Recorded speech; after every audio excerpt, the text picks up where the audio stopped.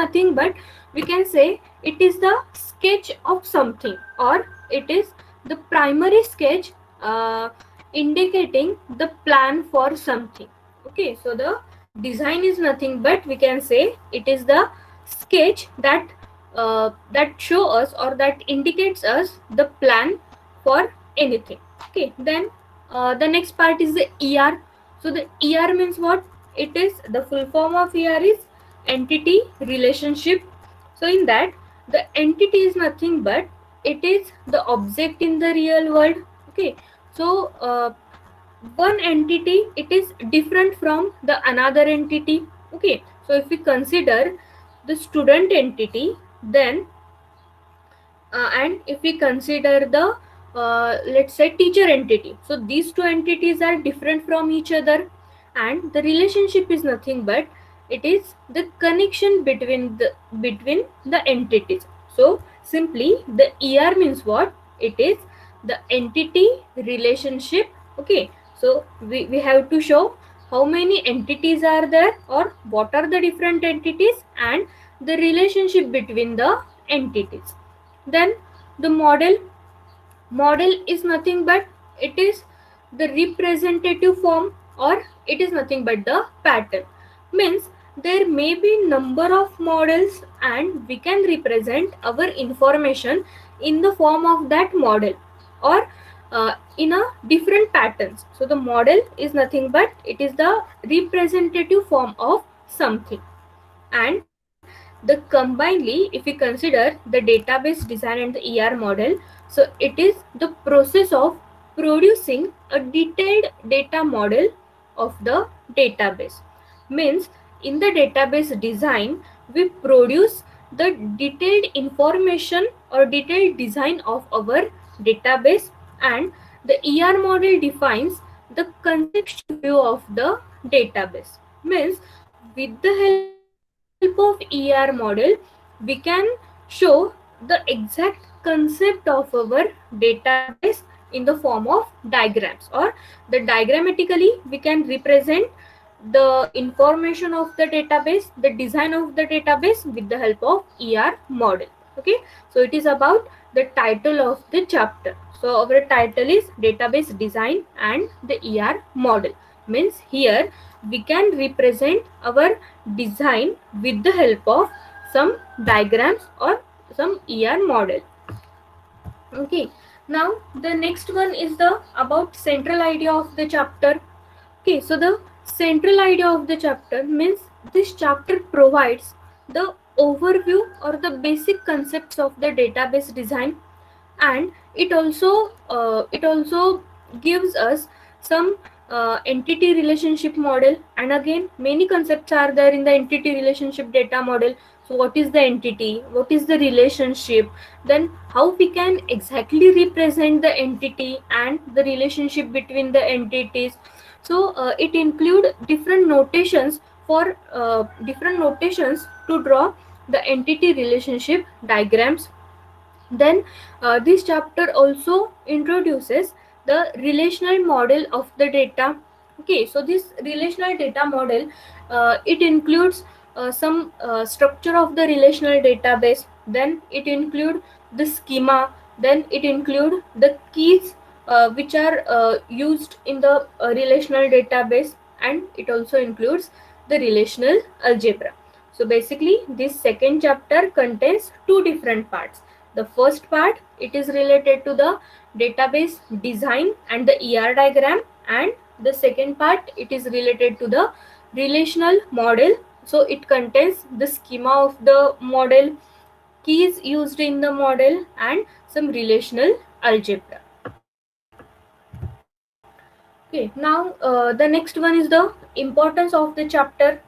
Okay, so the this chapter is important, or the ER model is important in the information system design and also in the software engineering. Means in the software engineering, we build our software or we create our software. So before creating any kind of software, the basic step or the first step is first create the design of that software. So to represent or to show the design of the software, the ER model is important, and with the help of that ER model, we can represent the design of our software.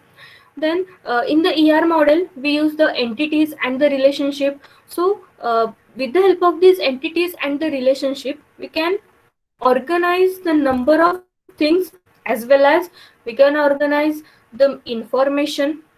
And the ER concept, it is the basic fundamental principle of the conceptual modeling. Okay, and the next one is the relational modeling. Again, the relational modeling is the important, because the relational modeling, it create the universal model for storing the data in the computers. Okay, so with the help of the relational model, we can create the database and we can store the information into our systems or into the computers. Okay, so it is the importance of this chapter. Now the 2.6 is the chapter outcome. So the outcome of this chapter is that after completion of this chapter, the student will be able to draw the ER diagram. Okay, so for any example, the student can draw the ER diagram with the help of different design notations or the ER notations. Then convert that ER diagram to the relations, because after after creation of that ER diagram, we have to create our database, or we have to create the relational database. So for this purpose, we have to convert the ER diagram to the relations or to the tables. Then remove the redundant attributes from the relations. Okay, means if the duplication of attributes are there, then also you will be able to remove that from the relations, and the student will be able to write the queries in the relational algebra for the given statements. Okay, so these are the outcomes of the chapter. Now we'll start the first point of our chapter, that is nothing but the design phase. So this point we have covered in our first chapter. Okay, that is the in our database design we have covered this chapter, but again we will repeat here. So the database design phases. So the database designer, he must interact with the users of the application. Okay, or the database designer must have to interact with the client or the people or the user of the application to understand the application clearly. Means the database designer, he must have to interact with the user for understanding of the application, and then uh, this understanding he have to represent into a form of document or in the form of requirement, so that again the user is also able to understand that document. Okay, so before creating any kind of design, so the first step or the basic step is the database designer have to interact with the user for uh, for understanding the exact requirements of the user. Means what exactly the user wants from that software. So to understand this thing, the designer must have to interact with the user. Then uh, there are actually total three phases of, or three processes of the design phase. The very first phase is the initial phase. So the initial phase of the database design is nothing but is to characterize the data needs of the database user. Okay, so in the initial phase of the database design, so just understand the needs of the database user. The database designer needs to interact with the domain experts and the users for understanding the needs of the customer. And the outcome of this phase is the specification of the user requirement. So the database designer, he interacts, he discuss with the user, and the outcome is nothing but the specification of the user requirement. So this specification of the user requirement is nothing but simply the document that contains all the requirements, all the needs of that user. Then next step is that the database designer, he selects the data model and he apply the concept of the data model to the requirements. Okay, so that the requirements are translated into the conceptual schema of the database. Okay, so in the second step, the database designer, he selects the appropriate data model. Okay, means depending on the requirements and depending on the data available with the designer, he selects one data model and apply the concept of the data model onto the requirements of the user, so that the requirements are translated into the conceptual schema. So this conceptual schema, it is uh, it is it shows the detailed design or the detailed overview of that enterprise or the detailed overview of the organization. Then the next one is the uh, after means after translating the requirements into the conceptual schema, then the ER model is used to represent the conceptual design. Means that requirements, or we can say that the statements are converted into the conceptual design, and in the conceptual design, with the help of ER model, we can represent the design of that system. Then designer reviews the schema, means the designer again rechecks the schema to confirm that all the requirements are satisfied and all the requirements are included in the ER model. Okay, so it is the second step. So in the second step, the first thing is that the designer, he selects the data model, then apply the concept of that data model into the requirements, so that the requirements are translated into the conceptual schema. So this conceptual schema is nothing but the overall design of the project or overall design of the enterprise, and then the ER model is used to represent the conceptual schema of the database. Okay, and then the designer, he again rechecks the conceptual design, or he again rechecks the ER model to check that whether all the requirements of the user are included in the ER model or not. And the last step is that the fully developed conceptual schema, it indicates the functional requirement of the organization. Okay, so in our second step, the conceptual schema is developed, means our ER diagram is ready. Now this ER diagram or this conceptual schema, it indicates the functional requirements of the enterprise. Now this functional requirement of the enterprise is nothing but uh, the user describes the what kind of operations that will be performed on the data. That is nothing but the functional requirement. Okay, simply the functional requirement is nothing but the working part of the system or the working requirements. So the working requirements means what kind of operations the that particular system will perform. That is nothing but the functional requirement. So what kind of operations the system will perform? For example, modifying the database, updating the database, then searching something for the data, and deleting some data.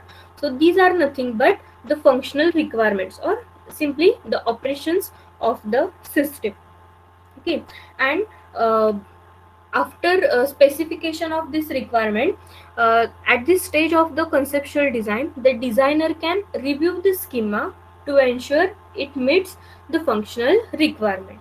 Again, whenever we are specifying the functional requirement, so again designer, he rechecks the schema to check that whether the functional requirements are included in the design or not. Okay, so actually there are three steps in the design process. The first step is the database designer. He interact with the user to understand the requirements of the user, and the outcome of the first phase is the specification of the user requirements. Then in the second step, designer, he selects the data model and apply the concepts of the data model to the requirements, so that these requirements are converted into the conceptual schema. Okay, so this schema, then with the help of this conceptual schema, we can create the ER model to represent the design of the enterprise. Okay, and again the designer reviews the schema to check whether all the requirements are included in the ER model or not.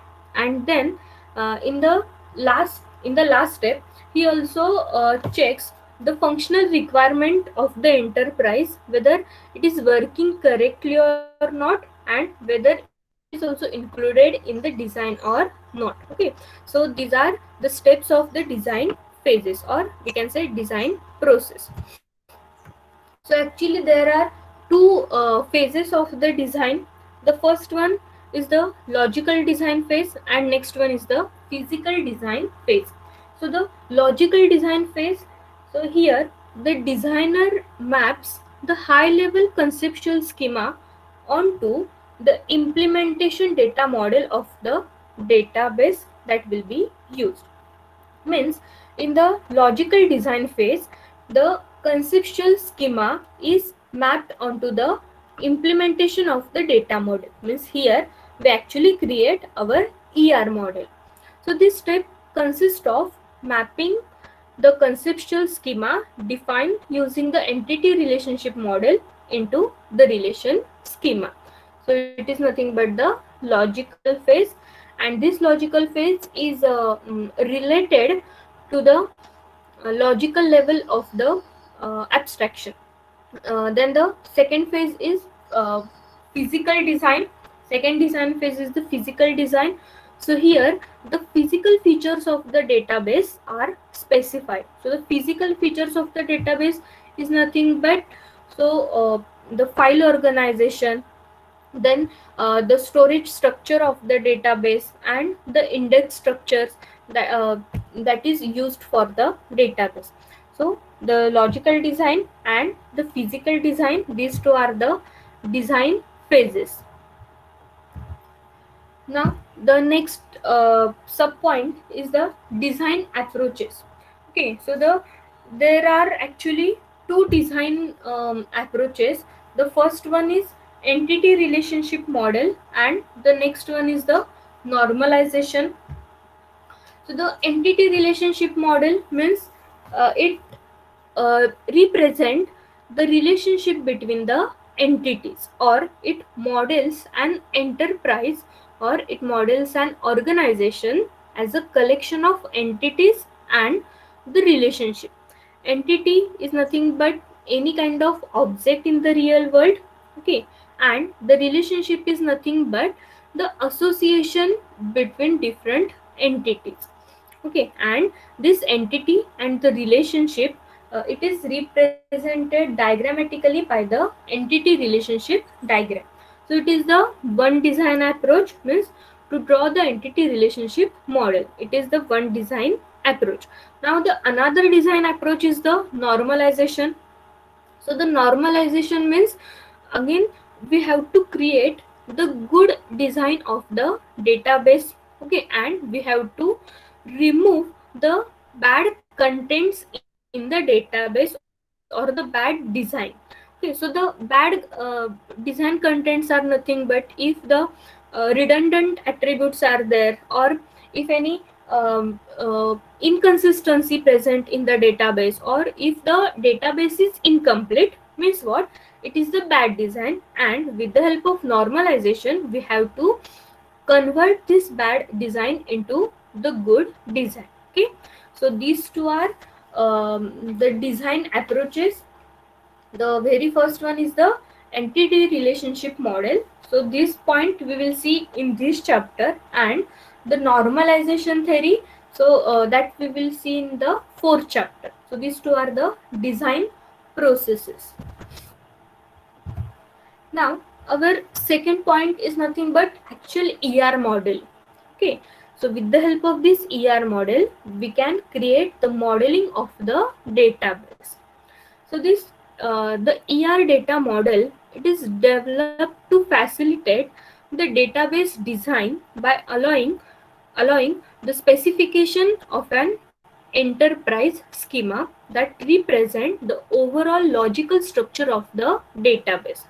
Means with the help of this ER model, we can represent the logical structure of the database.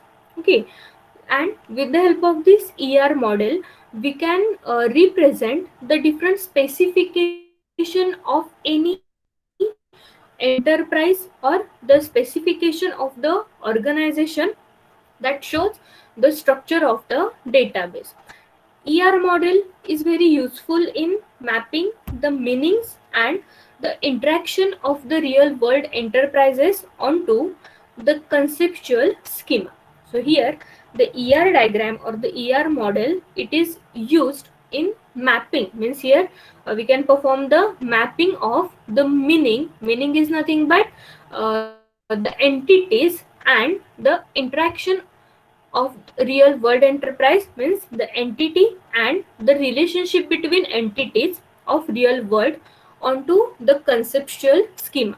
Means when our ER model will be ready, then we can directly convert that ER model into the conceptual schema, that is nothing but into the relational database. Okay, so this ER model is useful in mapping the ER concepts or mapping the model onto the conceptual database. Okay, so the ER data model, it contains basic three concepts. First one is the entity or the entity sets. Second one, relationship set, and the attributes. Okay, these three concepts are very important, and these are the basic concepts in the ER model. And with the help of these concepts, we can represent the structure of our database.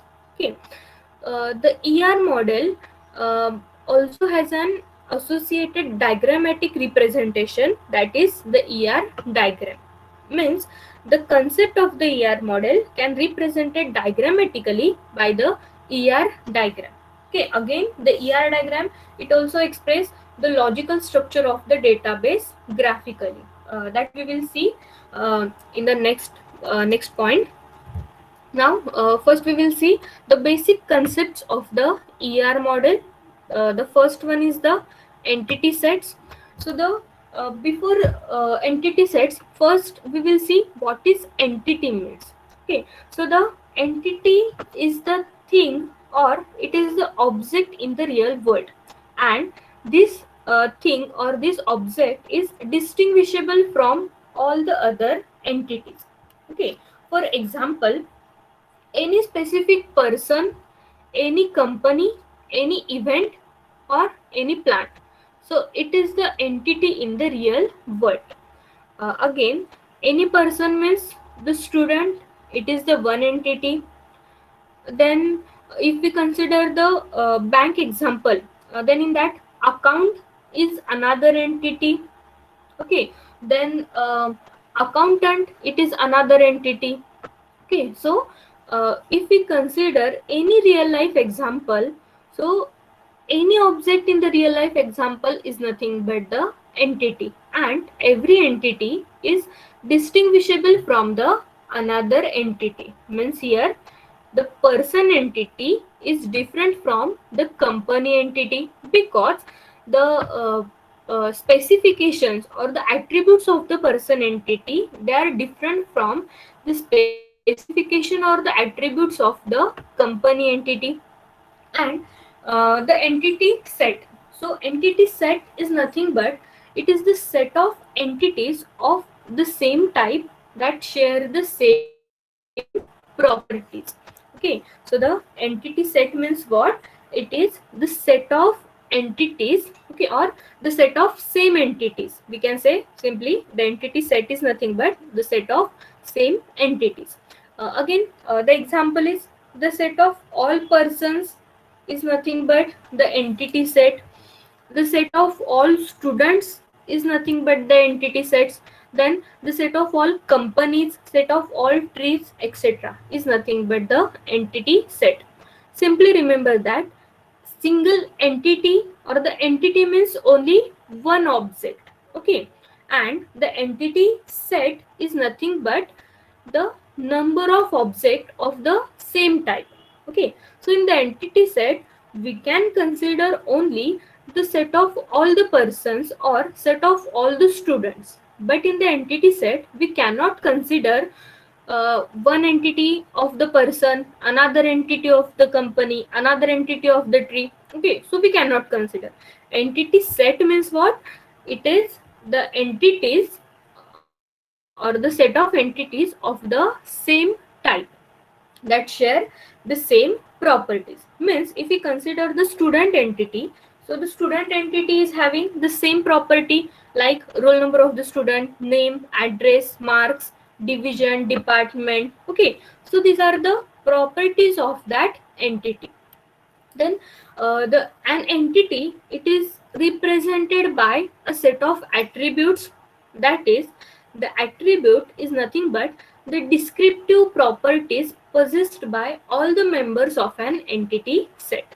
Means every entity is having the attributes, and the attributes are nothing but they are the descriptive properties of the entity, okay. For example, if we consider the instructor as the entity, then ID, name, street name, city, and the salary, these are the attributes of the instructor entity.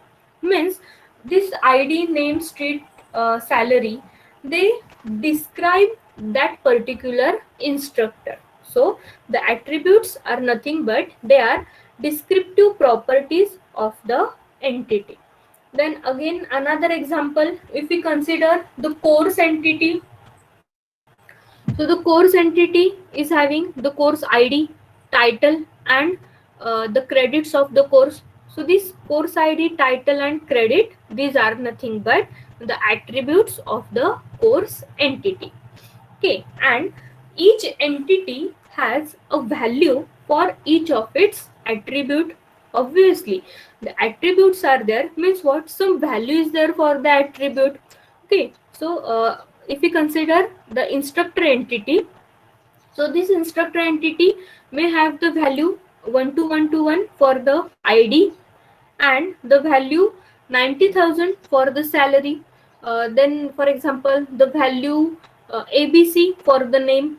Then Pune is the value for the city, etc. Means every attribute is having the value associated with it, okay. So understood.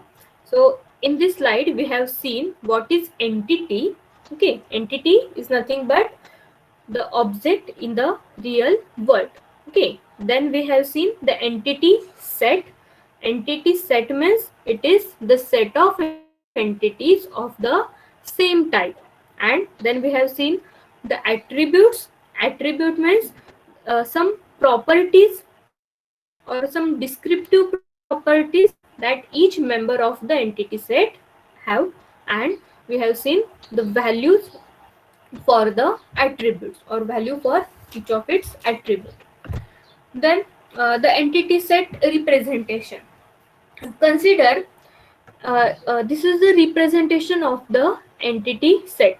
The first one is the instructor entity set, another one is the student entity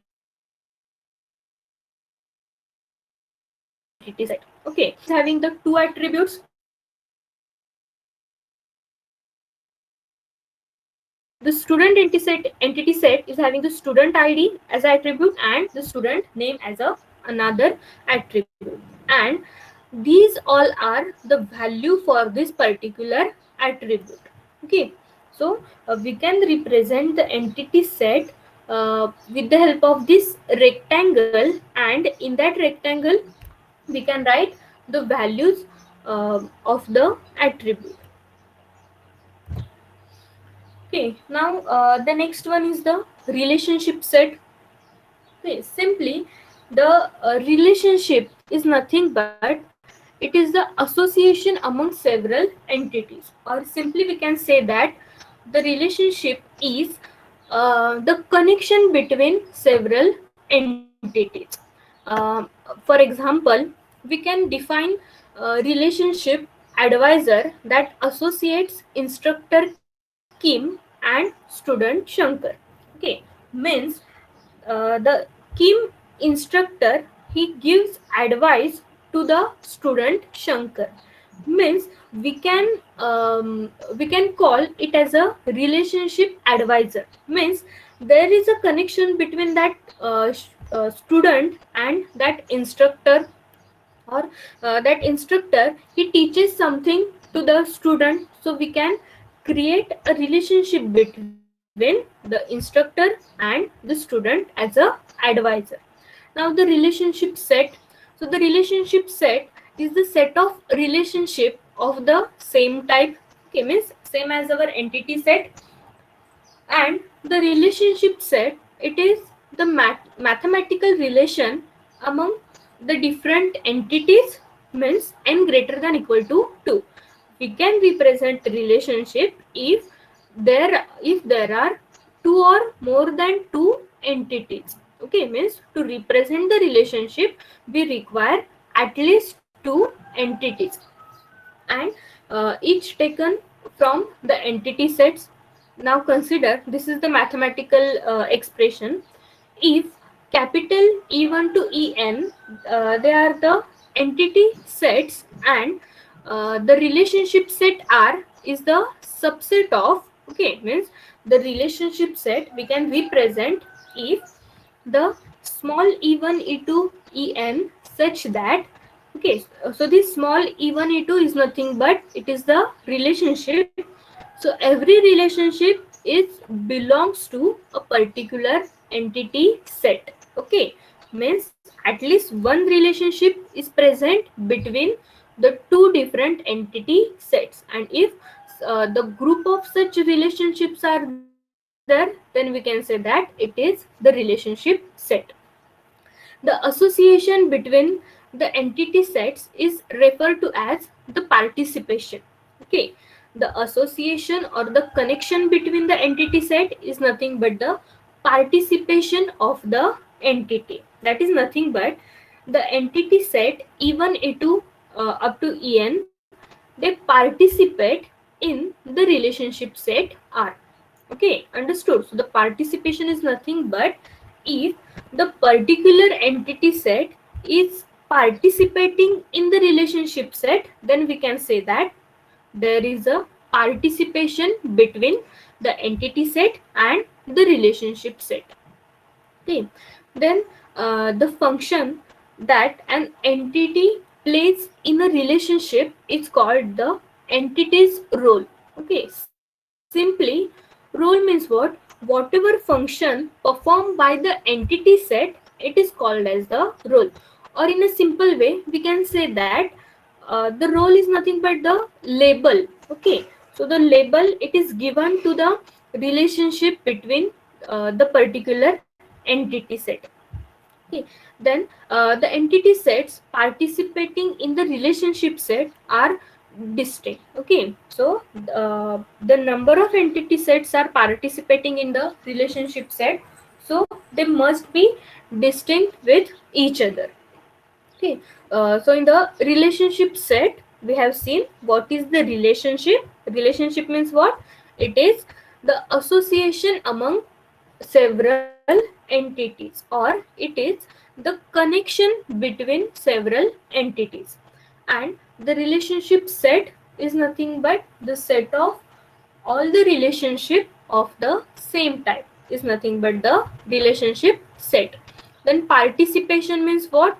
If the entity set is participated in the relationship set, means what? There is a participation, and the role of the entity set is nothing but the function of the particular entity is nothing but the role of the entity set. Again, it is the representation of the relationship set.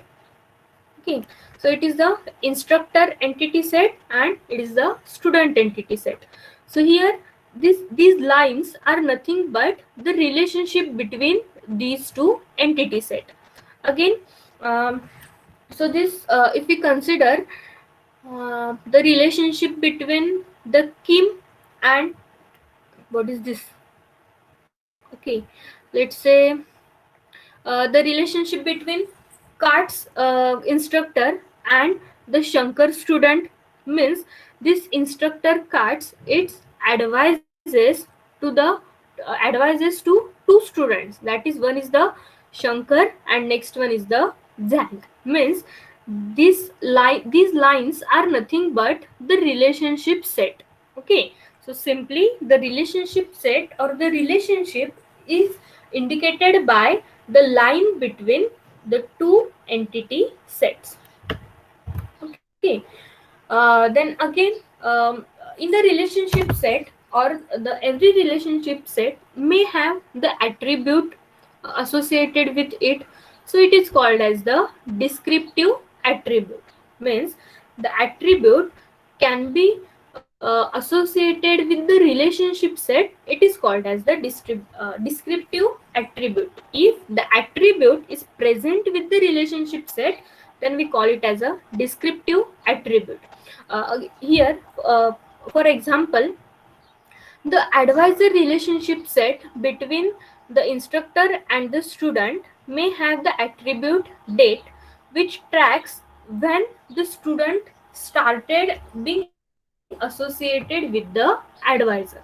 Means between the instructor and the student entity set, uh, it is the relationship set, and this relationship set is having the date as the attribute, and this date is nothing but the descriptive attribute. So this date attribute it says that on which date that particular instructor advises to the uh, to particular student.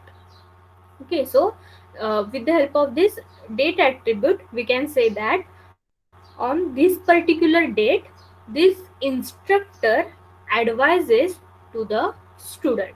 Okay, so the descriptive attribute means if the relationship set is having the attribute, then that attribute is called as the descriptive attribute. Okay, then the next sub point in the relationship set is the degree of the relationship set. Okay, so the degree of the relationship set is calculated with the help of how many entity sets are involved in the design. Okay, so with the help of this we can calculate the degree of the relationship set. Okay, means how many entity sets are involved in the design of the system. If the binary relationship means what? If the two entity sets are involved in the relationship set, means it is called as the binary relationship, and we call it as a degree 2 of that particular relationship. Okay, if the two entity sets are involved in the design or two entity sets are involved in the relationship, then we can call it as a binary relationship and its degree is 2. Okay, then there may be the ternary relationship, means the three entity sets are involved and there is a relationship between these three entity sets, so we call it as a degree 3 or the ternary relationship. Okay, the relationship between more than two entity sets are rare. Means generally we use the binary relationship. Means generally we represent the relation between two entity sets. But the more than two entity sets, it is very rare. We can use. Okay, uh, here consider the example: the student work on the research project under the guidance of the instructor. Means here total three entities are involved. First entity is the student entity who work on a particular project. So this project is the another entity under the guidance of the instructor. Again, the instructor is the another entity. So we can represent here the ternary relationship. Means what? The relationship project guide is the ternary relationship between the instructor, student, and the project. Okay, means what? This project is the relationship between student and the project, and the particular guide is the relationship between the instructor and the project. Means the particular project is guided by the instructor to the student. Okay, so if such concepts are there, then we can use the ternary relationship, and here the degree of the relationship is the 3. Generally, the most relationships are the binary relationship. Okay, so the degree of the relationship is degree of the relationship set is decided with the help of how many entities are involved in the relationship. Okay, so based on this we can decide the degree of the relationship set. Okay, so the relationship set point is over here. So we have seen in the relationship set what is relationship, what is relationship set. Then we have seen what is participation, what is role. Then we have seen the descriptive attributes of the relationship set, and we have seen the degree of the relationship set. Now next point in the ER model is the attributes. Okay, so the attributes are nothing but they are the properties of the entity set, or the attributes are the descriptive properties possessed by all the members of an entity set. There are different types of the attributes. The first one is the simple attribute and the composite attribute. So the simple attributes are nothing but the attributes that are not divided into the subparts. It is called as the simple attribute. Okay, the attribute that are not divided into subparts, it is the simple attribute, or the simple attributes are atomic attribute. For example, id of the instructor, id of the student, it is the simple attribute because the id is not divided into subparts. Again, the salary attribute is the simple attribute. Again, the salary attribute, it is also not divided into the subparts. Okay, so these two are the simple attributes. Then the composite attribute. Composite attributes are divided into the subparts. Okay, or the attributes those who are divided into the subparts, it is called as the composite attribute. For example, the name of the student and address of the student. So these two are the composite attribute. Means what? The name is divided into the 3 parts: first name, middle name, and the last name. Okay, so name is nothing but the composite attribute, and the address, again it is the composite attribute. So it is again divided into the subparts like building name or the apartment name, street name, then city, then district, etc. Okay, so name and the address, these two are the composite attributes, means the attributes which are divided into the subparts. Okay, so the simple and the composite attribute. Simple means the attributes which are not divided into subparts, and the composite means the attributes which are divided into the subparts. Now the next type of attribute is the single valued attribute and the multi-valued attribute. Okay, so as the name suggests, single valued means the attribute which is having a single value. So it is called as the single valued attribute. Okay, so the single valued attribute have a single value for a particular entity. And the multi-valued attribute means the attribute have the set of values or the multiple values for a specific entity. That is nothing but the multi-valued attribute.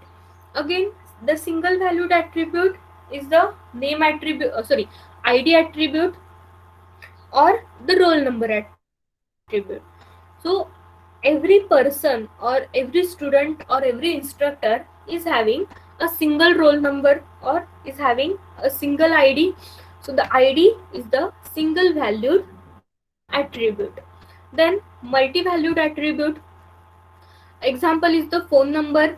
Okay, so every person or every employee so is having more than one phone numbers, so we can say the phone number is a multi-valued attribute. Generally every person is having the two different phone numbers, and these different phone numbers are associated with a single person only. So a single customer or a single person is having multiple phone numbers, means it is the multi-valued attribute. And a single person or a single student is having only one roll number, so the roll number, it is the single valued attribute. Then the next type of attribute is the derived attribute. Okay, so the derived attribute means it can be computed from other attributes, means the value of these attributes can be calculated from other attribute. Example, the age is the derived attribute, means by providing date of birth we can compute age of that particular person. Okay, so the age is the example of the derived attribute, and we calculate age from the date of birth of that particular person. Okay, so total three types of attributes we have seen. The first one is the simple attribute, composite attribute. Okay, simple means atomic attributes, means which are not divided into different parts. Composite attributes means non-atomic attributes, means which are divided into different parts. Okay, single valued means the attribute is having a single value. Multi-valued means the attribute is having the multiple values.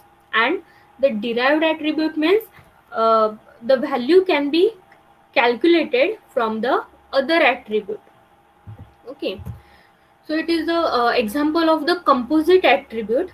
So the composite attribute name and the address. So this name attribute is divided into first name, middle name or the middle initial and the last name. The address attribute is divided into street name, city, state and the postal code. Again, this street name or this street is divided into three parts, that is street number, street name and apartment number. So if such composite attributes are there, then the name and the address, it is called as the composite attributes, and these different parts of this attribute is called as the component attribute. Means the first name, middle initial and the last name, these are the components of this composite attribute name. And if we take the example of address, so the street, city, state, postal code, these are the component attributes of the composite attribute address. Understood? So it is the example of the composite attribute. Then the next point in the ER model is the constraints. So in the constraints we'll see the mapping cardinality constraints. Okay, so mapping cardinality constraints express the number of entities to which another entity can be associated via a relationship set. Okay, so the mapping cardinality is nothing but the entities in the one entity set, okay, or for the entity in the one entity set, how many entities in the another entity set can be related. That is nothing but the mapping cardinality constraints, okay. Or simply, the mapping cardinality constraint is nothing but it expresses the number of entities to which another entity can be associated via a relationship set. Mapping cardinality, they are most useful in describing the binary relationship set. Then, for a binary relationship set, the mapping cardinality must be one of the following types. Means there are four types of the mapping cardinality. The first one is one to many to one, and many to many. These are the mapping cardinality for the binary relationship. Okay, so we will see one to one mapping cardinality means what? An entity in A is associated with at most one entity in B, and an entity in B is associated with at most one entity in A. Okay, so consider A and B, these two are the entity sets, and the entity in A means consider here the A1 entity. Okay, so this entity in A is associated with at most one entity in the B, means entity in A is associated with maximum one entity in the B, and entity in B is also associated with entity in A, that is maximum one entity in A. That is nothing but 1 to 1, means every entity in the entity set is having at most one entity in the entity set B. That is nothing but 1 to 1 relationship or 1 to 1 mapping cardinality. Then the second one is one to many. One to many means entity in A is associated with any number of entity in B. Okay, one to many means what? So we need to consider this one for the entity set A and many for the entity set B. Means the entity in the entity set A is associated with any number of entity in the B, and the entity in the B is associated with at most one entity in the A. That is nothing but one to many. Okay, means what? In the one to many, if we consider one to many and the two entity sets are there, A and B, then this one we have to consider for the entity set A, and this many we have to consider for the entity set B. Means what?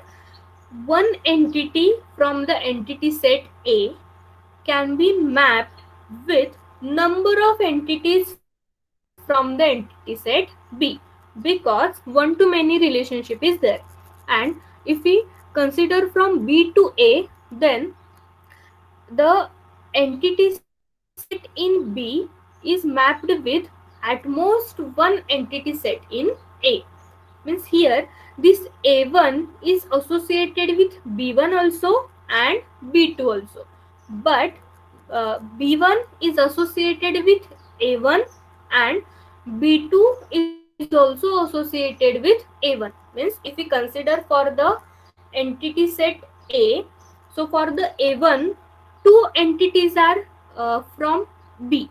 Okay, means two entities are from entity set B, that is B1 and B2. But if we consider for the entity set B, so here for the B1 only A1 is there, and for the B2 again only A1 is there. Okay, so it is called as the one to many, one to one and one to many. So example of one to one relationship is that example is the student. If we consider for every student there may be a single roll number, or for every student there may be a single Aadhaar card, we can say. Okay, so this is the one to one relationship. Okay, every student in the student entity set is having a unique or a single roll number from the entity set B. Means what? It is one to one relationship. Okay, example of the one to many relationship. Example is that one means A is nothing but the instructor and B is nothing but the student. Okay, so for a single instructor, multiple students can be associated. Okay, or if we consider the example of the project. Okay, so for a single guide, multiple students are there. Means consider in our case, in a single group, 4 to 5 students are there, and for that 4 to 5 students, only one project guide is allocated. Means we can represent one to many relationship from that guide or that instructor to the students. Means for every instructor there may be multiple students allocated for the project. Understood the examples of one to one and one to many. Okay, one to one means what? Entity in the A is associated with maximum one entity in the B, and one to many means what? Entity in the A is associated with any number of entities in the B, but the entity in the B is associated with at most one entity in the A. Okay, so it is the one to one and one to many. Exa- Example of the one to one is a single student is having a single roll number. Okay, example of the one to many is that a single project guide is having multiple students allocated to him. Okay, then the next one is the mapping mapping cardinality, many to one and many to many.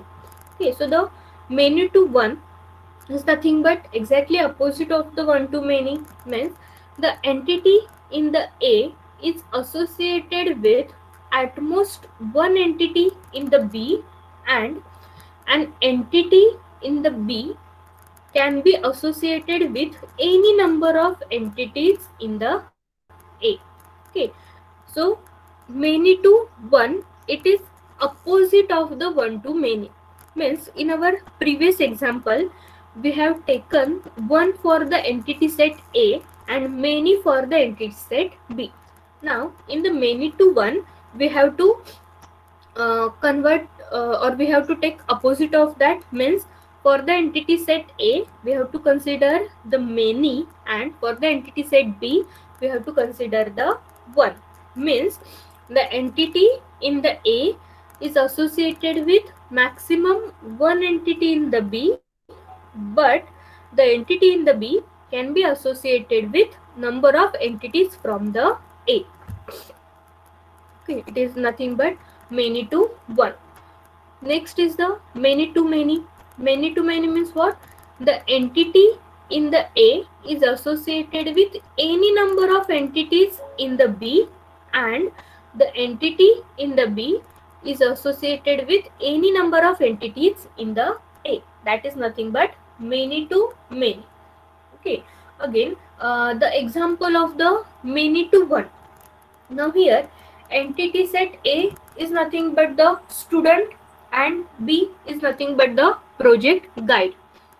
So for a group of that student or for the 4 to 5 students, only one project guide is allocated. So it is nothing but many to one relationship. Okay, and the many to many relationship means what? Consider in our college the concept implemented like for every project there must be two guide. One is the first is the guide and another one is the co-guide. Means what?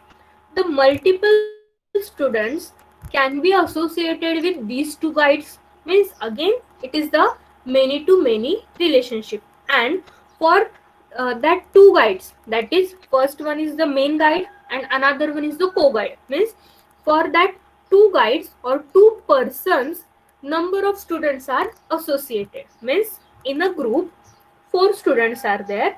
So if we consider from the student point of view, so multiple students means these four students are associated with main guide also, and they are associated with co-guide also. And if we consider from the project guide point of view, so the main guide and the project guide, these two are associated with 4 to 5 students. That is nothing but many to many. Okay, understood? Mapping cardinality: 1 to 1, 1 to many to 1, and many to many. Okay, so 1 to 1 means only one association, or the entity can associated with only one entity in another entity set, that is 1 to 1. Okay, 1 to many means entity in one entity can be associated with many entities in the another entity set. Many to 1 means what?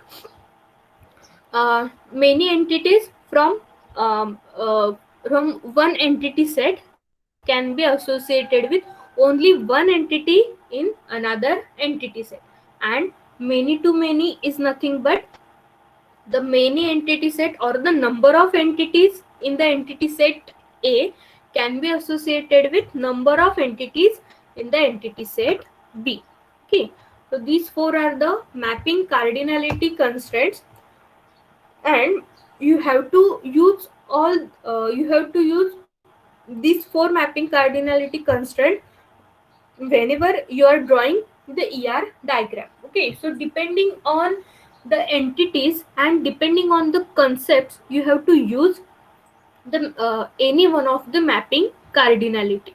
That is, it may be 1 to 1, 1 to many, many to 1, and many to many. Okay, now the next part is the key used in the ER model.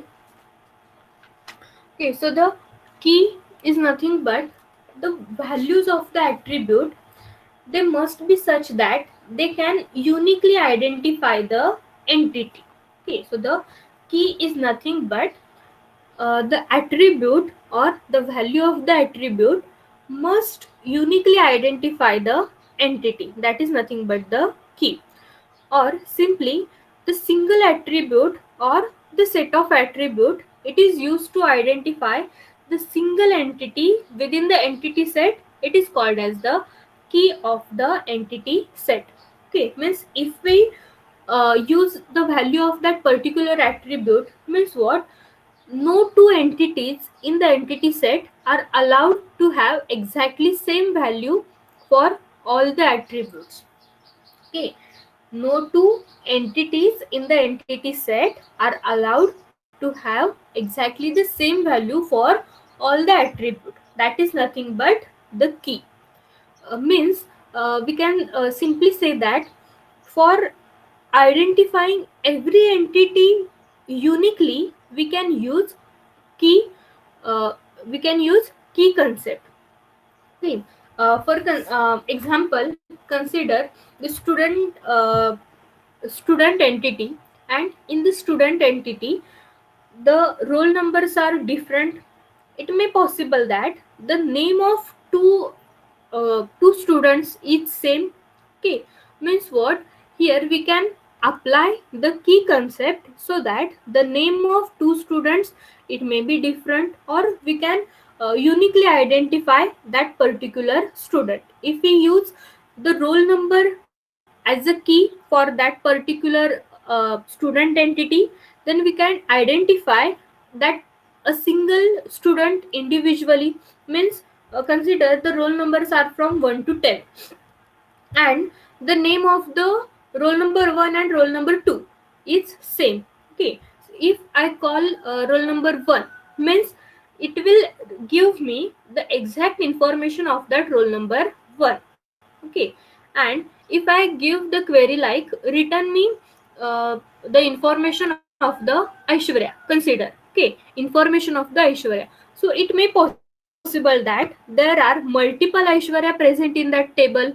Means to identify a single Aishwarya, or to identify the record of the single Aishwarya, we can use the roll number as a key. Okay, if we use key in the table, then the two entity sets, they don't have the same values. Okay, then the key for an entity set is a set of attributes that suffice to distinguish entities from each other. Okay, means the key is nothing but it is the set of attribute, it is used to distinguish one entity from the another entity. Keys also help to identify relationship uniquely, and thus distinguish relationship from the another relationship. Means we can use key to identify every relationship uniquely, and also we can distinguish between the different relationships. So there are three types of keys are available: super key, candidate key, and the primary key. Okay, so in our third chapter we will see the key concept in very deeply, but here we will see only the definitions of all three, because whenever we are performing the implementation of our database, at that time we are using all the kinds of key in our database, but here we will only see the definition of each of these keys. Okay, so the super key, candidate key, and the primary key.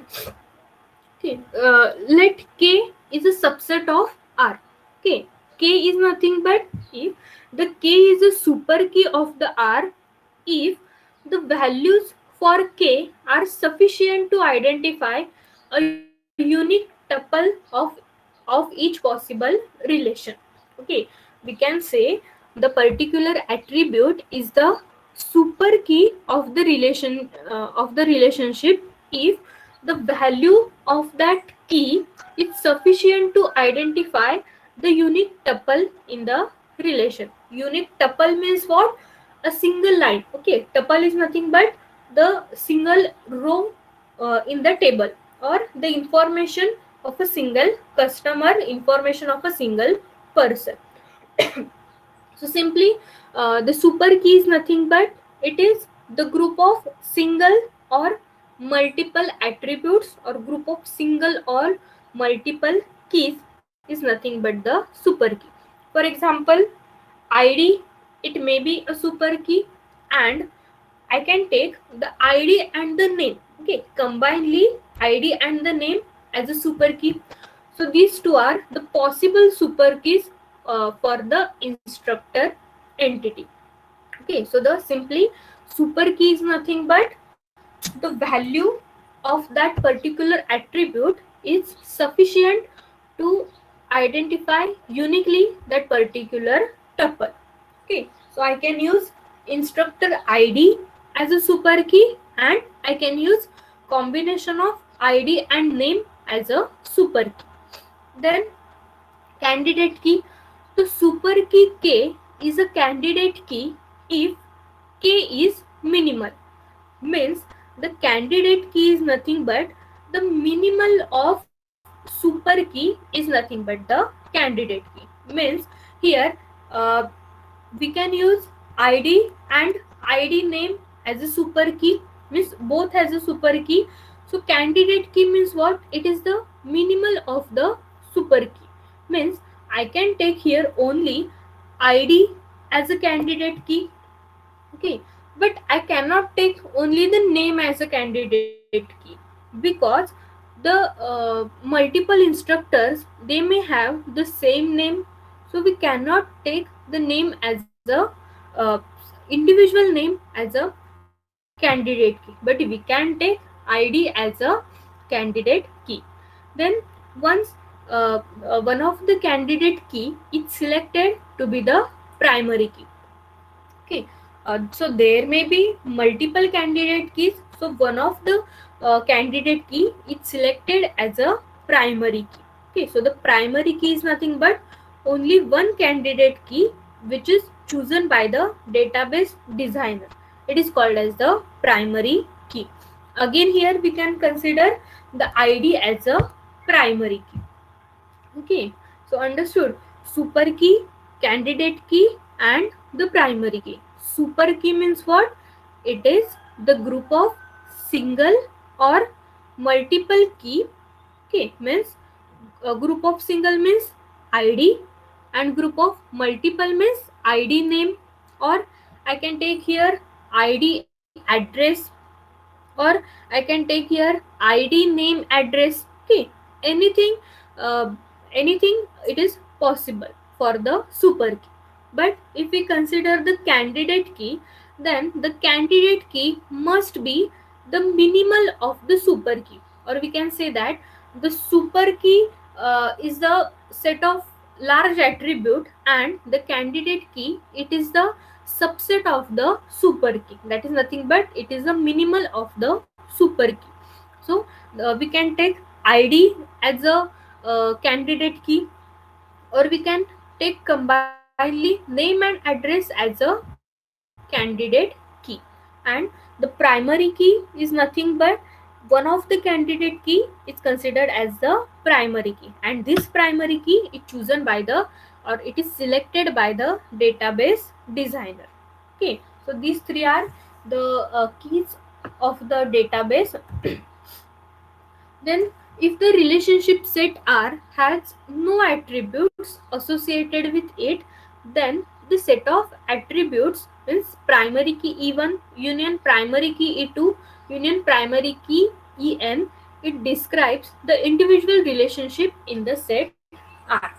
Means whenever we are representing this key into the ER model, and if we have consider, if we have drawn one relationship set, okay, two entity sets, and one relation between these entity sets, then if we have marked the primary key of two entity sets, etc., and if the relationship set, consider here R, has no attributes, means if the relationship set has no attributes, then we can give, or we can combine the primary key of all the entity sets, and we can give it as a relationship attribute. Means if the relationship R has no attributes, then the set of attributes primary key E1, primary key E1 means what? The primary key for the entity set E1 union primary key for the entity set E2 union primary key of the entity set En. Means if the two entity sets are involved in that relationship set, and every entity set is having the primary key, then we can give, we can combine those primary key of two entity sets, and we can give that key or that attributes as a relationship attribute. Okay, then second point, if the relationship set R has attributes a1 a2 or up to am associated with it, means in the second case, if the relationship set has its own attribute. Okay, the first case it was if the relationship set has no attributes. Okay, if the relationship set has no attributes, then we can give the primary key of every entity set as a attribute for the relationship set R. Okay, and if in the second case, if the relationship set R has its own attribute, then we can combine these attributes with the primary key of entity sets, and we can describe uh, as a relationship, or we can give it to the relationship. Okay, and in both of the above cases, the set of attributes of the all the primary key, it forms the super key for the relationship set. Okay, so here the super key of the relationship set is nothing but if we combine the primary key of all the entity sets, okay, and if we give this primary key to the relationship set, then it acts as a super key for the relationship set, because we know that if, the super key is nothing but the superset of the attributes or the superset of the keys. Okay, so have you understood the three cases in the relationship set? Means whenever we are drawing the ER diagrams or the ER model, and if the relationship set has the attributes, then what we have to perform. If the relationship set has no attributes, then again what we have to perform. Okay, simply if the relationship set R has no attribute, then we can combine the primary key of all the entities and we give it to the relationship set. If the second case, if the relationship set has its own attribute, then we can combine this attribute with the primary key of the primary key of every entity set, and we can give the whole set to the whole set as a attribute to the relationship set. And if we combine the primary keys of all the entity set, then it will become the super key for the relationship set. Then again the same point, the structure of the primary key for the relationship set depends on the mapping cardinality of the relationship set. Okay, means what primary key uh, what primary key is given to which entity set. Okay, this structure is depends on the mapping cardinality concepts.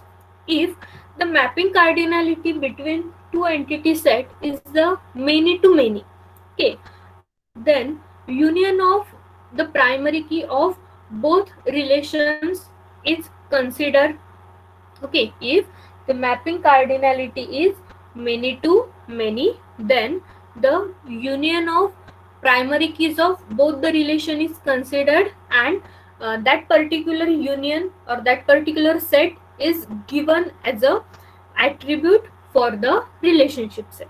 If the relation or if the cardinality is many to 1, okay, then the primary key of the relation is the primary key of the entity of the many side.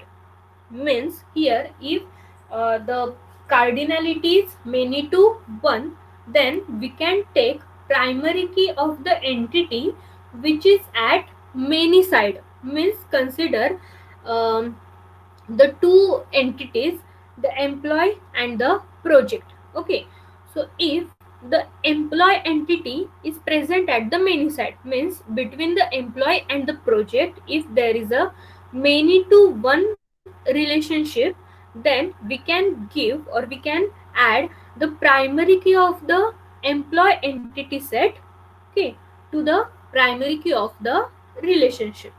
Okay, and if one to many relationship is there, then we can give the primary key of the many side as to the primary key of the relationship. Means if one to many or uh, many to one relationship is there, then the entity or entity set which is present at the many side, so we can give the primary key of that many side entity to the attribute of the relationship. And if the one to one relationship is there, then either candidate key can be used as the primary key. Means if the relation is 1 to 1, then we can use the primary key of either employee relation or either project relation.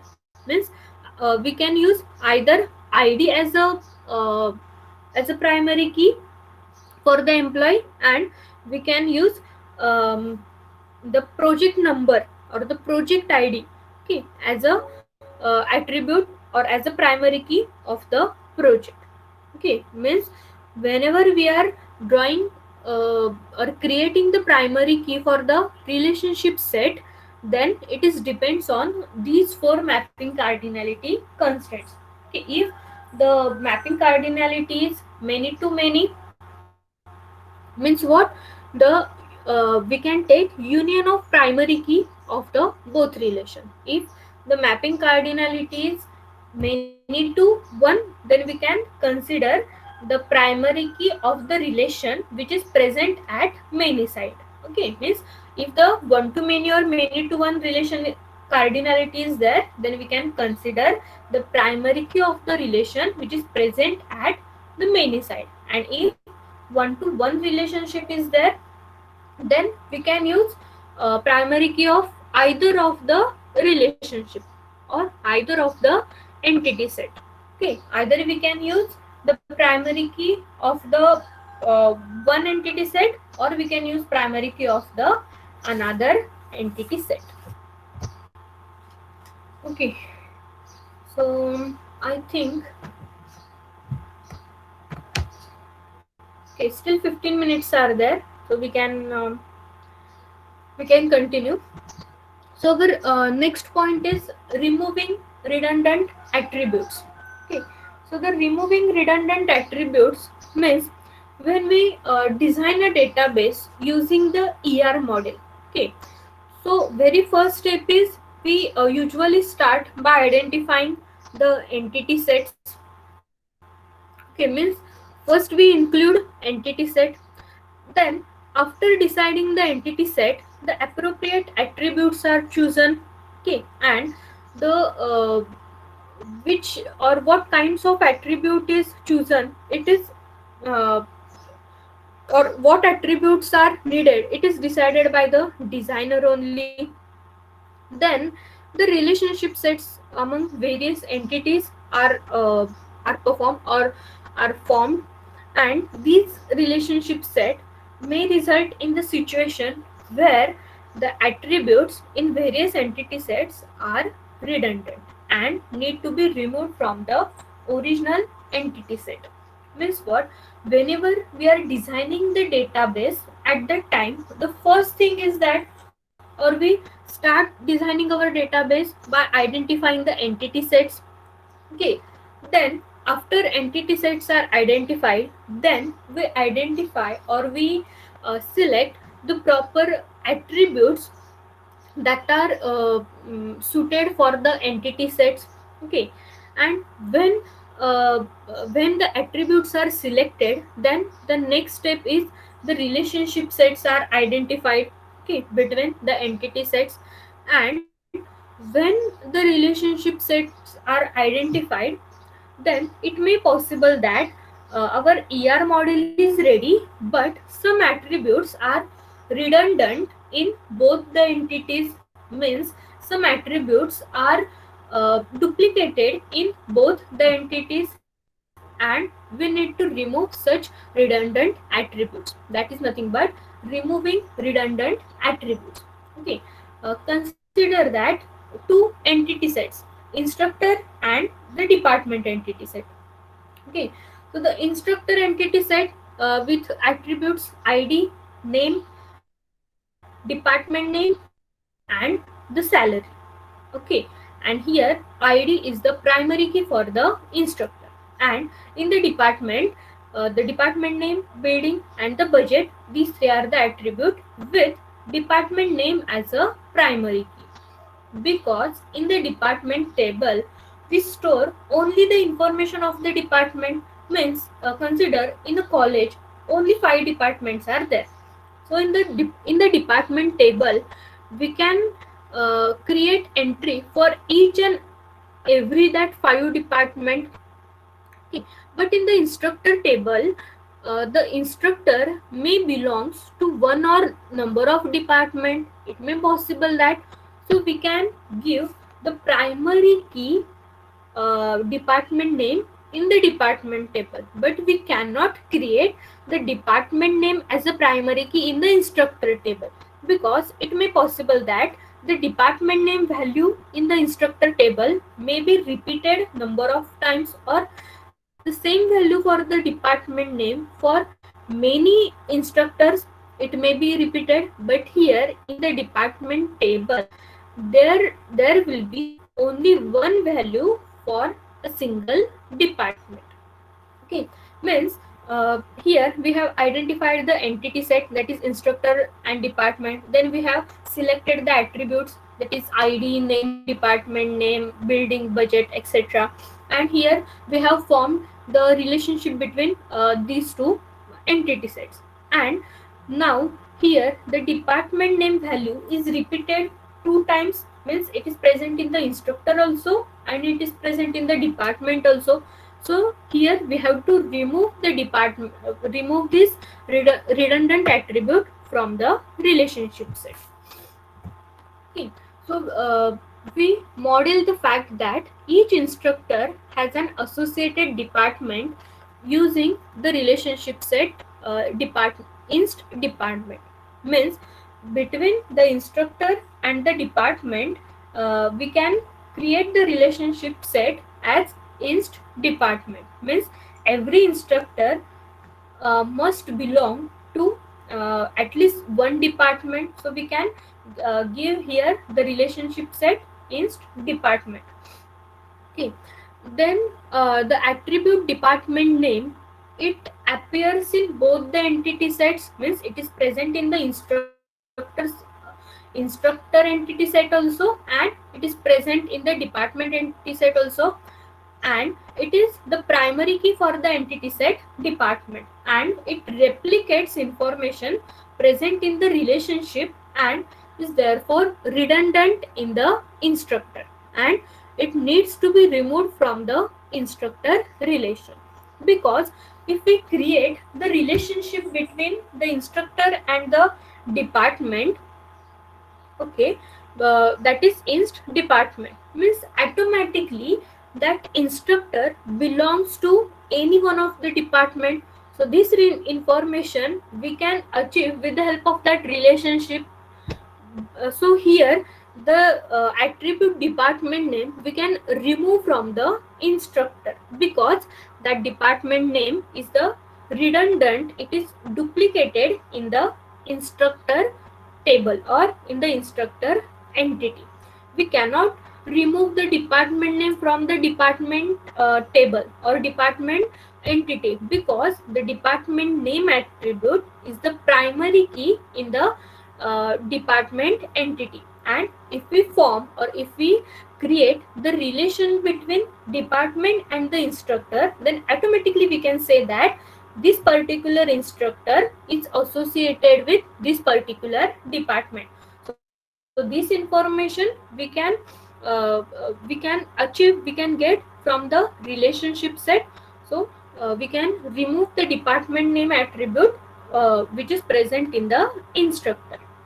Okay, so like this way we can remove the redundant attributes present in the entity sets. Okay. Now next point is the ER diagram, but I think we need to stop here. We will continue this point in our next lecture, that is tomorrow. Okay, so just give me present